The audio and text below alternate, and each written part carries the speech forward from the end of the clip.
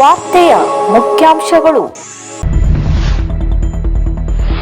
ತಂಬಾಕು ಮುಕ್ತ ಜೀವನ ನಡೆಸಿ ಕ್ಯಾನ್ಸರ್ನಿಂದ 2 ಹೆಜ್ಜೆ ಮುಂದೆ ಇರಿ. ಡಾಕ್ಟರ್ ರಿಯಾಜ್ ಸಾಗರ್. ಹಳೆ ಪಿಂಚಣಿ ಜಾರಿಗಾಗಿ ಪ್ರತಿಭಟನೆ ನಡೆಸಿ ಮುಖ್ಯಮಂತ್ರಿಗಳಿಗೆ ಮನವಿ ರವಾನೆ ಮಾಡಿದ ಮಾಧ್ಯಮಿಕ ಶಾಲಾ ನೌಕರರ ಸಂಘ.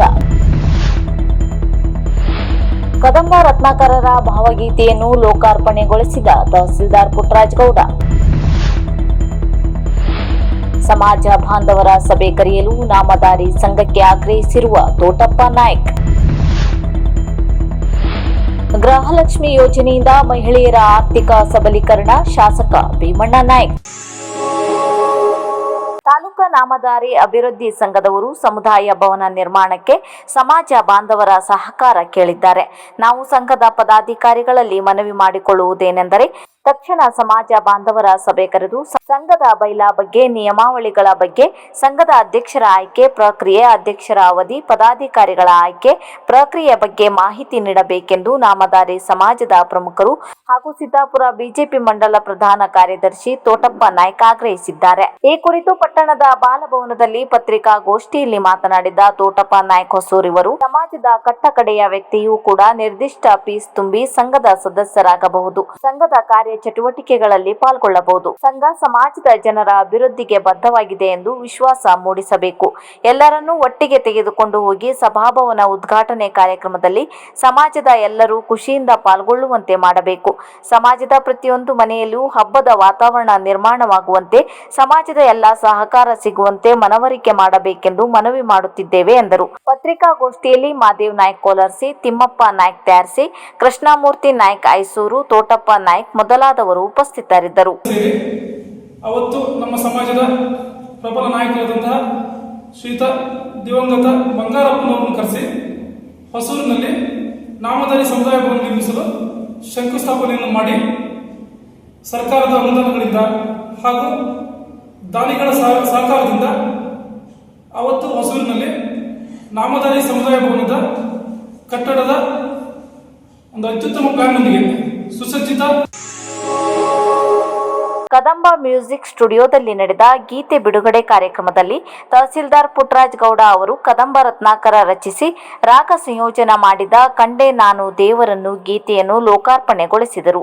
ವೇದಿಕೆಯಲ್ಲಿ ಪ್ರೊಫೆಸರ್ ಕೆಎನ್ ಹೊಸ್ಮನಿ, ನೇತ್ರಾವತಿ ನಾಯ್ಕ್, ದಿವ್ಯಾ ಹಾಗೂ ವಿಘ್ನೇಶ್ವರ ಹೆಗಡೆ ಮುಂತಾದವರು ಇದ್ದರು. ರತ್ನಾಕರರ ಈ ಗೀತೆಗೆ ಮೋನಿಕ್ ಜಯಶೀಲನ್ ಸಂಗೀತವಿದ್ದು, ಲೇಖಕ ರತ್ನಾಕರ್ ಜೊತೆಗೆ ನಾಡಿನ ಪ್ರಸಿದ್ಧ ಗಾಯಕರಾದ ಕಿಕ್ಕೇರಿ ಕೃಷ್ಣಮೂರ್ತಿ, ನಾಗಚಂದ್ರಿಕಾ ಭಟ್ ಹಾಗೂ ದಿವ್ಯಾ ಎಸ್ ಕದಂಬ ಧ್ವನಿಯಾಗಿದ್ದು, ಈ ಗೀತೆಯು Kadamba music studio Sirsi YouTube ಚಾನೆಲ್ನಲ್ಲಿ ಲಭ್ಯವಿದೆ ಎಂದು ಗಾಯಕ ಕದಂಬ ರತ್ನಾಕರ್ ತಿಳಿಸಿದ್ದಾರೆ. ಹಿಮಾಲಯ ತಪ್ಪಲಲ್ಲಿ ಹೋದ್ರೆ ದೇವರು ಕಾಣ್ತಾನೆ ಅಂತ ಭಾವಿಸ್ತೀವಿ. ದೇವರು ಎಲ್ಲೆಲ್ಲ ಕಾಣ್ತಾನೆ, ನಮ್ಮ ನಡವಳಿಕೆಯಲ್ಲಿ, ನಮ್ಮ ಎದುರಿನ. ಭಾರತೀಯ ಕ್ಯಾನ್ಸರ್ ಸೊಸೈಟಿ ಹಾಗೂ ಅಸ್ಮಿತೆ ಫೌಂಡೇಶನ್ ಇವರ ಸಂಯುಕ್ತ ಆಶ್ರಯದಲ್ಲಿ ಸಮಾಜವನ್ನು ತಂಬಾಕು ಹಾಗೂ ಮಾದಕ ವ್ಯಸನಗಳಿಂದ ಮುಕ್ತಗೊಳಿಸುವ ಹಾಗೂ ಕ್ಯಾನ್ಸರ್ ಕಾರಕ ರೋಗಗಳಿಂದ ದೂರವಿರುವ ಆರೋಗ್ಯಕರ ಜೀವನ ಶೈಲಿಯ ಮಹತ್ವವನ್ನು ವಿದ್ಯಾರ್ಥಿಗಳಿಗೆ ಮನವರಿಕೆ ಮಾಡುವ ಉದ್ದೇಶದಿಂದ ಬೇಳೂರು ಪ್ರೌಢಶಾಲೆ ಮತ್ತು ಪದವಿ ಪೂರ್ವ ಕಾಲೇಜಿನಲ್ಲಿ ತಂಬಾಕು ಮುಕ್ತ ಅಭಿಯಾನ ಜಾಗೃತಿ ಕಾರ್ಯಕ್ರಮವನ್ನು ಆಯೋಜಿಸಲಾಗಿತ್ತು. ಕಾರ್ಯಕ್ರಮದಲ್ಲಿ ಡಾಕ್ಟರ್ ರಿಯಾಜ್ ಸಾಗರ್, ಅಸ್ಮಿತೆ ಫೌಂಡೇಶನ್ ಇವರು ತರಬೇತಿ ನೀಡಿ ತಂಬಾಕು ಹಾಗೂ ಮಾದಕ ವ್ಯಸನಗಳ ದುಷ್ಪರಿಣಾಮಗಳು, ಕ್ಯಾನ್ಸರ್ ಸೇರಿದಂತೆ ವಿವಿಧ ಗಂಭೀರ ಕಾಯಿಲೆಗಳ ಅಪಾಯಗಳು ಹಾಗೂ ಆರೋಗ್ಯಕರ ಜೀವನ ಶೈಲಿಯ ಅಗತ್ಯತೆಯ ಕುರಿತು ವಿದ್ಯಾರ್ಥಿಗಳಿಗೆ ಪ್ರೇರಣಾದಾಯಕ ಹಾಗೂ ಮಾಹಿತಿಪೂರ್ಣ ಉಪನ್ಯಾಸ ನೀಡಿದರು. ವಿದ್ಯಾರ್ಥಿಗಳು ವ್ಯಸನಗಳಿಂದ ದೂರವಿದ್ದು ತಮ್ಮ ಕುಟುಂಬ ಹಾಗೂ ಸಮಾಜದಲ್ಲಿಯೂ ಆರೋಗ್ಯ ಜಾಗೃತಿ ಮೂಡಿಸುವ ಜವಾಬ್ದಾರಿಯನ್ನು ವಹಿಸಿಕೊಳ್ಳಬೇಕು ಎಂದು ಅವರು ಕರೆ ನೀಡಿದರು. ಶಾಲಾ ಕಾಲೇಜುಗಳಲ್ಲಿ ಇಂತಹ ಜಾಗೃತಿ ಕಾರ್ಯಕ್ರಮವನ್ನು ನಿರಂತರವಾಗಿ ಹಮ್ಮಿಕೊಳ್ಳುವ ಮೂಲಕ ಆರೋಗ್ಯವಂತ ಹಾಗೂ ವ್ಯಸನ ಮುಕ್ತ ಸಮಾಜ ನಿರ್ಮಾಣ ಮಾಡಬೇಕೆಂದರು. ನಾವು ಯಾವುದು ಹೇಳ್ತೀವಿ, ತಂಬಾಕು ಒಂದು ಎಲೆ ರೂಪದಲ್ಲಿ ಇರೋದು. ನೀವು ಸೈನ್ಸ್ ಸ್ಟೂಡೆಂಟ್ಸ್ ಇದ್ರಿ ಅಂತ ನೋಡಿದೀನಿ. ನೀವು not only science, arts or commerce ಎಲ್ಲರೂ ಕೂಡ ಎಲೆ ರೂಪದಲ್ಲಿ ಇರುತ್ತೆ. ಯಾವಾಗ ಎಲೆ ರೂಪದಲ್ಲಿರುವಂತ ತಂಬಾಕು ಯಾರು ತಿಂತಿದ್ದಾರೆ ವ್ಯಸನಿ. ರಾಜ್ಯ ಸರ್ಕಾರದ ಮಹತ್ವಾಕಾಂಕ್ಷಿ ಗೃಹಲಕ್ಷ್ಮಿ ಯೋಜನೆ ಯಶಸ್ವಿಯಾಗಿ 3 ವರ್ಷ ಪೂರೈಸಿದ ಹಿನ್ನೆಲೆಯಲ್ಲಿ ಶಿರಸಿ ತಾಲೂಕಾ ಗ್ಯಾರಂಟಿ ಸಮಿತಿ ವತಿಯಿಂದ ತಾಲೂಕಿನ ಇಸಳೂರು ಗ್ರಾಮ ಪಂಚಾಯಿತಿ ಕಾರ್ಯಾಲಯದ ಆವರಣದಲ್ಲಿ ಹಮ್ಮಿಕೊಳ್ಳಲಾಗಿದ್ದ ವೃಕ್ಷಾರೋಪಣಾ ಕಾರ್ಯಕ್ರಮಕ್ಕೆ ಶಾಸಕರಾದ ಭೀಮಣ್ಣ ಟಿ ನಾಯ್ಕ ಅವರು ಸಸಿ ನೆಡುವ ಮೂಲಕ ಚಾಲನೆ ನೀಡಿದರು. ಬಳಿಕ ಮಾತನಾಡಿದ ಶಾಸಕರು, ಗೃಹಲಕ್ಷ್ಮಿ ಯೋಜನೆಯು ಕೇವಲ ಒಂದು ಯೋಜನೆಯಾಗಿ ಉಳಿಯದೆ ಲಕ್ಷಾಂತರ ಮಹಿಳೆಯರ ಬದುಕಿಗೆ ಆಸರೆಯಾಗಿದೆ.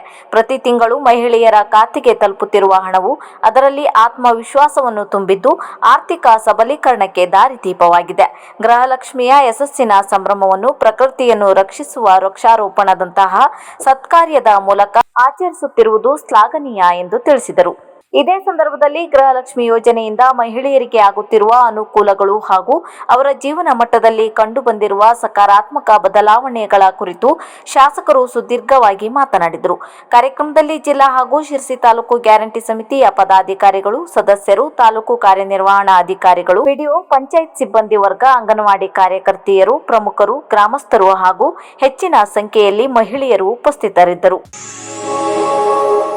ಕರ್ನಾಟಕ ರಾಜ್ಯ ಮಾಧ್ಯಮಿಕ ಶಾಲಾ ನೌಕರರ ಸಂಘದ ಶಿರಸಿ ಶೈಕ್ಷಣಿಕ ಜಿಲ್ಲಾ ಘಟಕದ ವತಿಯಿಂದ ಏಪ್ರಿಲ್ 2006ರ ನಂತರ ನೇಮಕವಾದ ನೌಕರರಿಗೆ ಹಳೆಯ ಪಿಂಚಣಿಯನ್ನು ಜಾರಿಗಾಗಿ ಜಿಲ್ಲಾ ಮಟ್ಟದ ಪ್ರತಿಭಟನೆ ನಡೆಸಿ ಮುಖ್ಯಮಂತ್ರಿಗಳಿಗೆ ಶಿರಸಿ ಉಪವಿಭಾಗದ ಸಹಾಯಕ ಆಯುಕ್ತರ ಮೂಲಕ ಮನವಿ ಸಲ್ಲಿಸಲಾಯಿತು.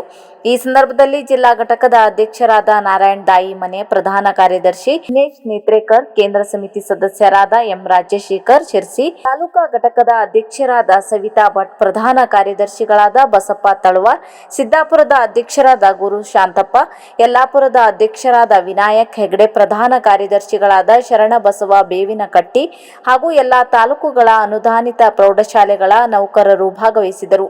ಮುಖ್ಯಾಧ್ಯಾಪಕ ಸಂಘದ ಜಿಲ್ಲಾ ಕಾರ್ಯದರ್ಶಿಗಳಾದ ಗಣೇಶ್ ಭಟ್ ಇವರು ಉಪಸ್ಥಿತರಿದ್ದರು. ಶಿರಸಿ ತಾಲೂಕಿನ ಎಲ್ಲ ಅನುದಾನಿತ ಪ್ರೌಢಶಾಲೆಗಳ ನೌಕರರು ಪ್ರತಿಭಟನೆಯಲ್ಲಿ ಪಾಲ್ಗೊಂಡಿದ್ದರು.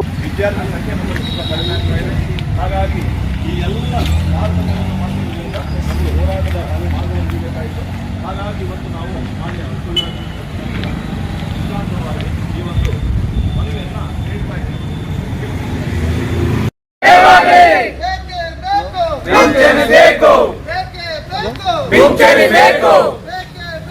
ಪಿಂಚಣಿ ಬೇಕು.